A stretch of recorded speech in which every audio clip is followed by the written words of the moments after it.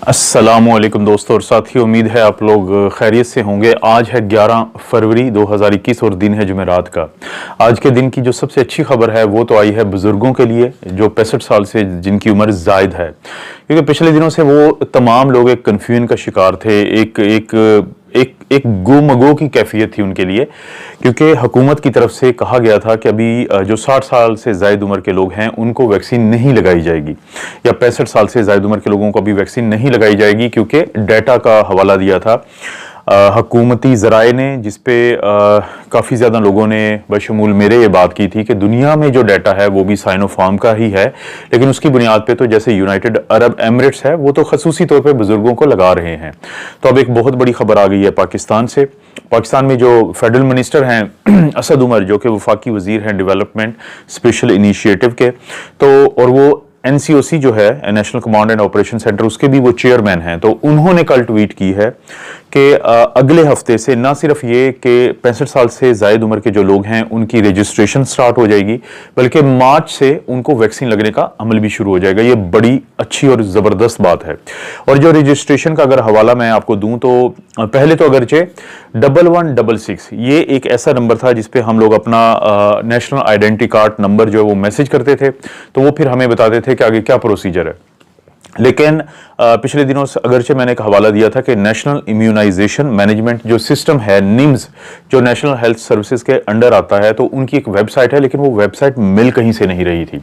अब हुकूमत ने बाकायदा उस वेबसाइट को लॉन्च कर दिया है। बहुत ज़बरदस्त और अच्छी वेबसाइट है, उर्दू में उसके ऊपर सारी इंस्ट्रक्शंस हैं, तो आप जो उसको एक्सेस कर सकते हैं। नेशनल जो इम्यूनाइजेशन मैनेजमेंट सिस्टम की जो वेबसाइट का मैं आपको नाम बता देता हूं, वो है www.nims.nadra.gov.pk।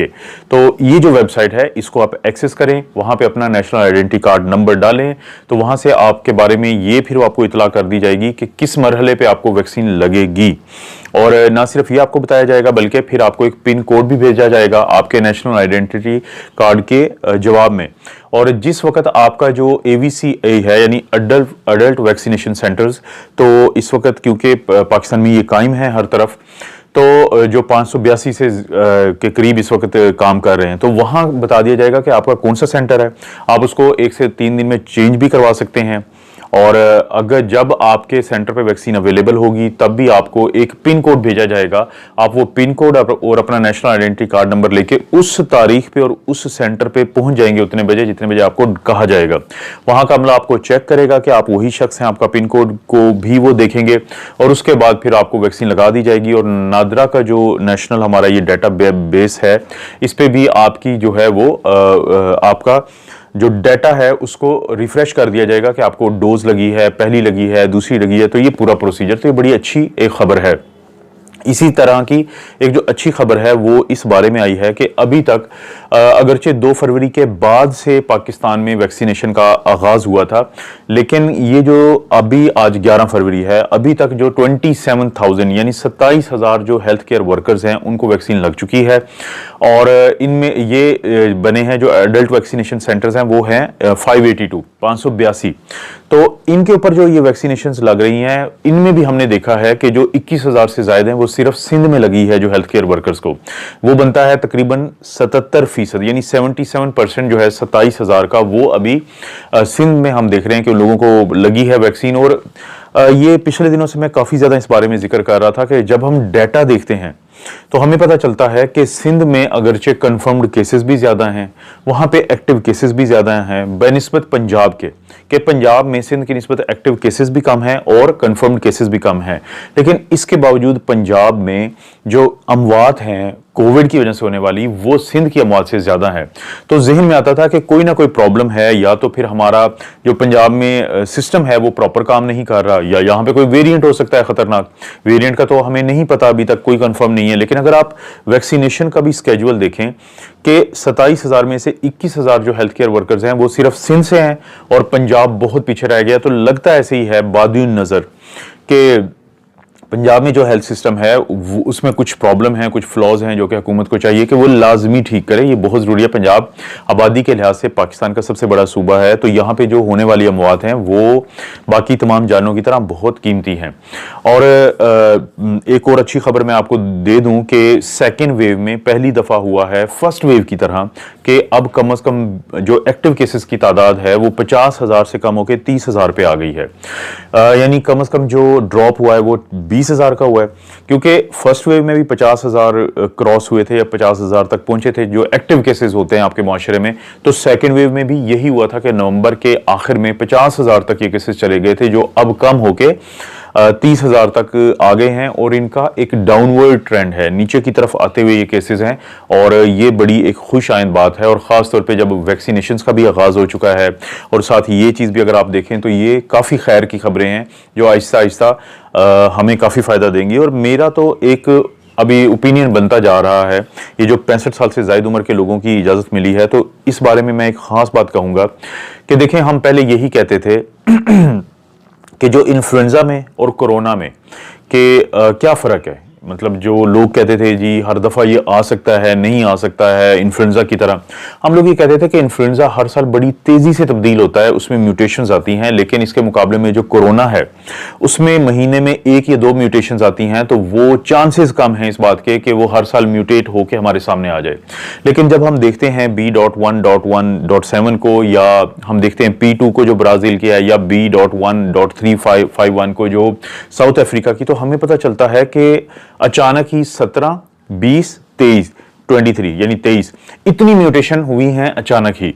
तो उसके बाद से अब ये सेंस डेवलप हो रही है। और जब कल की मैंने वीडियो में बताया भी था कि कुछ कंपनीज जो हैं वो एक नई वैक्सीन की डोज अब बनाने की कोशिश कर रही हैं इस नई स्ट्रेन को सामने रखते हुए, क्योंकि कम से कम साउथ अफ्रीका की जो वैक्सीन जो स्ट्रेन है वो कम से कम 32 से ज्यादा ममालिक में अब जा चुकी है। तो अगर हम इन तमाम चीज़ों को जहन में रखें, और बुजुर्गों के पॉइंट ऑफ व्यू से मैं बात कर रहा हूं कि हर साल हम इन्फ्लुएंजा की वैक्सीन तब्दील होती हुई स्ट्रेन को सामने रख के बनाते हैं, तो शायद हमें ऐसा ही कुछ करना पड़े। और इसमें घबराने की जरूरत नहीं है, क्योंकि हमारे पास बेसिक टेक्नोलॉजी अब मौजूद है इस वायरस के खिलाफ। तो हम छोटी मोटी तब्दीली करके हर साल लॉन्च की जा सकती है वैक्सीन। और जो इन्फ्लुएंजा की वैक्सीन होती है वो मैं पहले की बात कर रहा हूं कि पाकिस्तान में 500 से 700 के दरमियान मिलती थी। हम सितंबर अक्टूबर में वो तमाम लोग जिनकी उम्र ज्यादा होती थी या जिनको सेहत के ऐसे मसाइल का सामना होता था कि जिसमें हमें पता होता था कि इन्फ्लुएंजा जो सिंपल है वो इनके लिए नमूनिया और फिर इनकी जिंदगी के लिए खतरा हो सकता है, तो हम उनको सितंबर अक्टूबर में लगवा देते थे, ताकि नवंबर, दिसंबर, जनवरी, फरवरी में जब सर्दियों का सीजन आएगा और ये जो स्ट्रेन है इनको बड़ा मौका मिलता है इंसानों को इन्फेक्शन देने का, तो ये लोग निस्बतन महफूज रहते थे सख्त बीमारी से। तो लगता ऐसे ही है कि शायद आने वाले दिनों में कोरोना की ऐसी ही सूरत हाल हो, लेकिन आखिरकार ये खत्म होने की तरफ ही जाएगा। तो हमें अपने बुजुर्गों के पॉइंट ऑफ व्यू से स्ट्रेटेजी बनाना बहुत जरूरी है। आज की आखिरी खबर कि साउथ अफ्रीका ने ऑर्डर दिया था सीरम इंस्टीट्यूट ऑफ इंडिया को 5 लाख डोजेस का, जो बुकिंग उन्होंने करवाई थी। लेकिन अब उन्होंने राब्ता किया है उनसे और उनको कहा है कि हम ये चाहते हैं कि जो कोवैक्स की फैसिलिटी है अक़वाम मुत्तहिदा की, तो उसके जरिए उसको इस्तेमाल करते हुए आपकी ये जो डोजेज हैं, जो कि ऑक्सफोर्ड एस्ट्राजेनेका की वैक्सीन है, और जिस पे कल की वीडियो में मैंने जिक्र किया था कि जो साउथ अफ्रीका की स्ट्रेन है B.1.351, तो उसके खिलाफ वो वैक्सीन काम नहीं कर रही है, उस एक स्ट्रेन की मैं बात कर रहा था। तो अब साउथ अफ्रीका ने कहा है कि अक़वाम मुत्तहिदा के जो आलमी इदारा सेहत है WHO, उसका जो एक प्लेटफॉर्म है कोवैक्स का, गावी और सिपी के साथ मिलकर जो उन्होंने बनाया हुआ है, तो वो ये चाहते हैं कि ये जो सीरम इंस्टीट्यूट ऑफ इंडिया से कमिटमेंट की हुई 5 लाख डोजेज हैं उनकी जगह पे उनको कोई और वैक्सीन मिले, क्योंकि उनको फायदा नहीं होगा।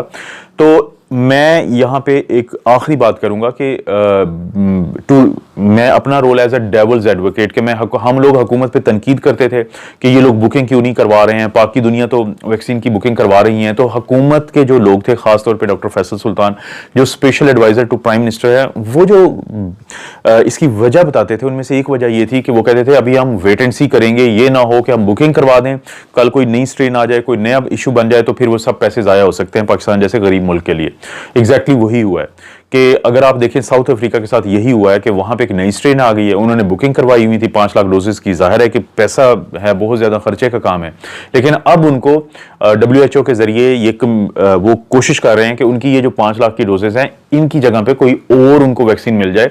जैसे उन्होंने कहा भी था कि वो जॉनसन एंड जॉनसन की कोशिश कर रहे हैं कि इमरजेंसी यूज ऑथराइजेशन से पहले ही उनकी प्लान है कि अपने हेल्थ केयर वर्कर्स को लगाने का, लेकिन जॉनसन एंड जॉनसन अप्लाई कर रहा है साउथ अफ्रीका में। उसकी वजह यह है कि उनकी जो वैक्सीन है उसने निस्बतन बेहतर परफॉर्म किया है इस नई स्ट्रेन के खिलाफ। दोस्तों, ये थी कुछ नई अपडेट्स। मेरी कोशिश होगी जैसे जैसे मजीद कोई अच्छी अपडेट्स आती हैं मैं आप लोगों के लिए उनको पेश करूं। आप अपना और अपनी फैमिली का ख्याल रखें। अल्लाह ताला आपको और आपकी फैमिली को हर किस्म की बुराई, बीमारी और आजमाइश से महफूज रखे।